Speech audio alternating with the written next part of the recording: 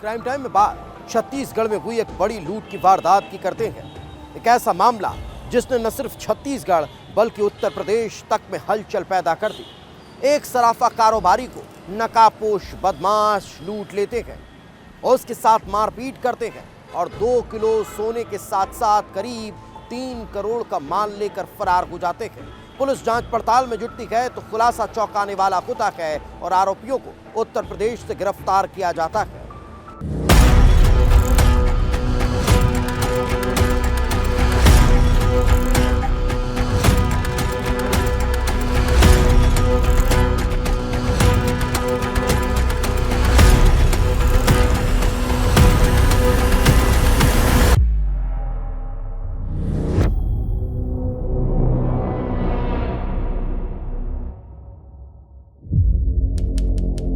तारीख 17 फरवरी, जगह बिलासपुर छत्तीसगढ़। वारदात 3.5 करोड़ की लूट।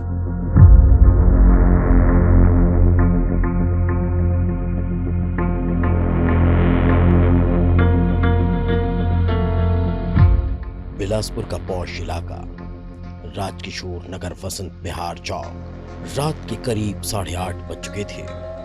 यहाँ महालक्ष्मी ज्वेलरी शॉप के सराफा कारोबारी संतोष तिवारी घर जाने के लिए निकल चुके थे। रोजाना की तरह संतोष अपने साथ दुकान में रखे हुए जेवर लेकर घर जा रहे थे।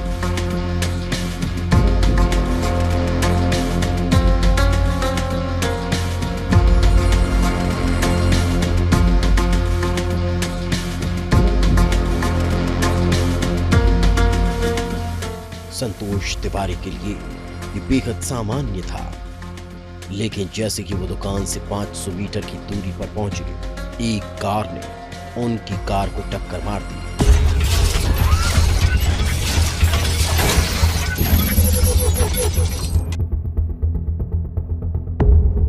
संतोष तिवारी कार से बाहर निकलते हैं। कार सवार उनसे विवाद करने लगते हैं। संतोष के लिए यह सामान्य विवाद था, लेकिन चंद सेकंड में ही उनकी रूह कांप उठती है, क्योंकि ये सभी लोग नकाबपोश थे और ये टक्कर, ये विवाद एक खौफनाक साजिश का हिस्सा था। बदमाश मारपीट शुरू कर देते हैं। सराफा कारोबारी को जमीन पर गिराकर लात घूंसों से पीटा जाता है। उनके सिर पर पिस्टल तान दी जाती है। पिस्टल की बट और हथौड़े से सिर पर वार किए जाते हैं। इस दौरान सड़क पर कुछ लोग भी आ जाते हैं, लेकिन बदमाश पिस्टल लहराकर लोगों को खदेड़ देते हैं और फिर संतोष को वहीं छोड़कर उनकी कार लेकर फरार हो जाते हैं, जिसमें करीब 2 किलो सोना और कैश समेत 3.5 करोड़ रुपये का माल था।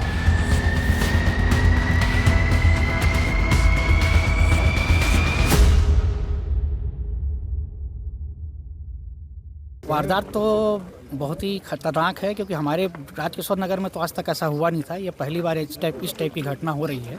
हालांकि ये घटना जैसा दिख रहा है, ये सोची समझी साजिश है, रेकी करके किया हुआ कृत्य दिख रहा है। ये यहाँ के लोग तो नहीं लग रहे हैं। ये जो भी है प्रोफेशनल है, शूटर है, जो भी है। ये भैया का रोज का रूटीन था। वो रोज वो दुकान बंद करके बढ़ा के आते थे। आज तक तो ऐसा नहीं हुआ था।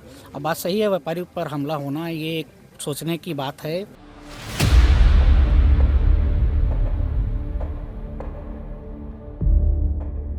सरेआम बीच सड़क पर एक सराफा कारोबारी से 3.5 करोड़ की लूट की खबर ने इलाके में हड़कंप मचा दिया। संतोष तिवारी को गंभीर हालत में अस्पताल में भर्ती करवाया जाता है। वहीं पुलिस के आला अधिकारी मौके पर पहुंचकर जांच पड़ताल में जुट जाते हैं। मौके पर पुलिस को कारतूस मिलते हैं और मिलती है आरोपियों की कार और एक बाइक, जिससे आकर उन्होंने वारदात को अंजाम दिया और फिर सराफा कारोबारी की कार लेकर फरार हो गए।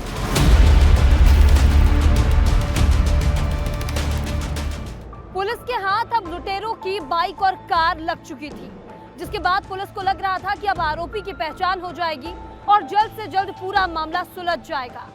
लेकिन जब पुलिस इस कार और बाइक के नंबर को मिलाती है तो उनके होश उड़ जाते हैं, क्योंकि ये कार और बाइक भी चोरी की थी और शायद इसी घटना को अंजाम देने के लिए इन कार और बाइकों को चोरी किया गया था।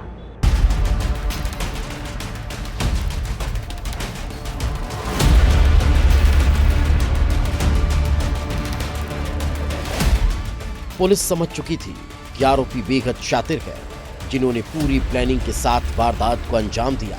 पुलिस को यह भी शक था कि गैंग बाहर की है, लेकिन उन्हें मदद करने वाला कोई शहर का ही है, जिसे संतोष तिवारी के पूरे रूट की जानकारी थी। पुलिस हर एंगल से जांच करने में जुटती है। जगह जगह सीसीटीवी खंगाले जाते हैं, नाकाबंदी कर दी जाती है।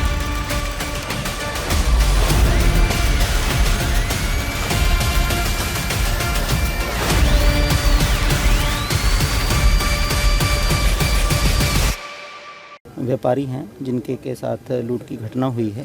एक उनकी जो व्हीकल था 4 व्हीलर, उसमें वो आ रहे थे, तो एक गाड़ी वालों ने, एक वैन और एक बाइक वालों ने उनको रोककर संभवतः हथियार भी दिखाकर उनसे लूट की है। उनको इंजरी भी हुई है।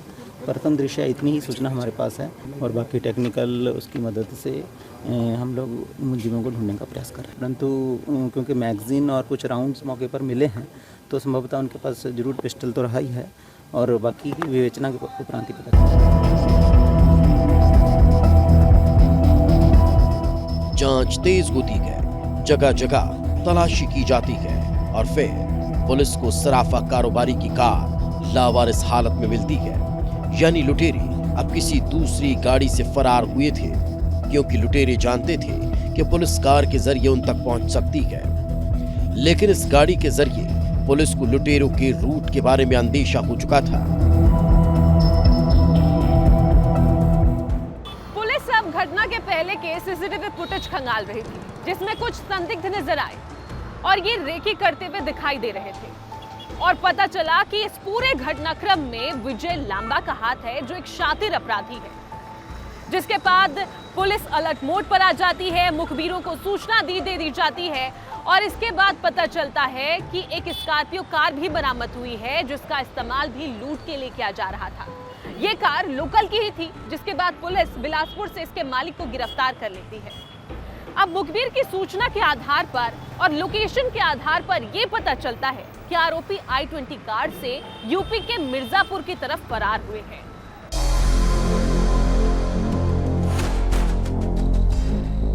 खबर पुख्ता होने पर टीम यूपी के लिए रवाना होती है और यूपी पुलिस से भी मदद मांगी जाती है, जिसके बाद यूपी पुलिस मिर्जापुर के अरोरा से आरोपियों को घेराबंदी कर गिरफ्तार कर लेती है। आरोपियों ने भागने की भी कोशिश की, लेकिन पुलिस ने शॉर्ट एनकाउंटर के बाद उन्हें धर दबोचा, जिसमें एक आरोपी के पैर में गोली भी लगी है। पुलिस ने आरोपियों के पास से लूट का माल भी बरामद कर लिया। उत्तर प्रदेश के मिर्जापुर जिले में थाना अरहरा के पास वहाँ की पुलिस टीम द्वारा इन आरोपियों को पकड़ा गया है। कुल उसमें 4 आरोपी पकड़े गए हैं और उनसे माल मशरूका और हथियार भी बरामद किए गए हैं। साथ ही यहाँ बिलासपुर पुलिस ने जब उन आरोपियों से पूछताछ की और अन्य टेक्निकल उसके आधार पर एक स्कॉर्पियो गाड़ी का इस्तेमाल इसमें हुआ था, जो एक लोकल आरोपी द्वारा उसका यूज किया गया था घटनास्थल में। इनके साथ पूरी तरह से सम्मिलित था वो, उसको भी आज बिलासपुर पुलिस ने पकड़ लिया है।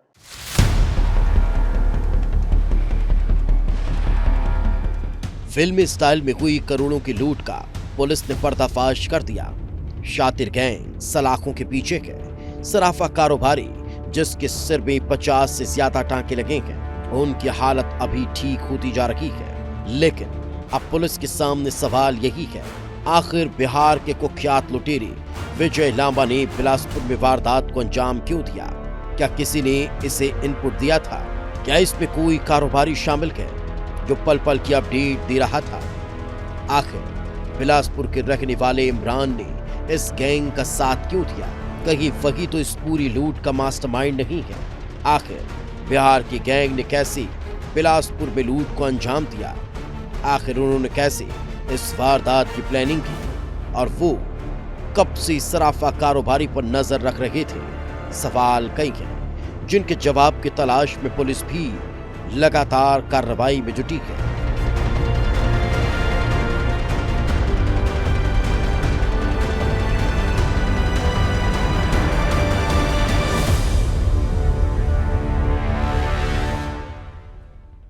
लिहाजा उनकी कार बरामद कर ली गई है। मिर्जापुर के पास जो है 3 लुटेरों को पुलिस ने पकड़ भी लिया। इस बात की जानकारी भी निकलकर सामने आ गई है। सबसे जो बड़ी बात है, 60 एनकाउंटर भी किया है पुलिस ने। एक आरोपी के खिलाफ पैर पर गोली चलाकर वह भाग रहा था, इसी दौरान उसके पैर पर गोली चलाकर उसे पकड़ा गया। जो ज्वेलर्स है, महालक्ष्मी ज्वेलर्स के संचालक संतोष तिवारी, वो फिलहाल अस्पताल में भर्ती है, उनका इलाज चल रहा है और जल्द ही उनके ठीक होने की उम्मीद भी जताई जा रही है। कैमरामैन नीरज अंगन के साथ आशीष दुबे, विस्तार न्यूज।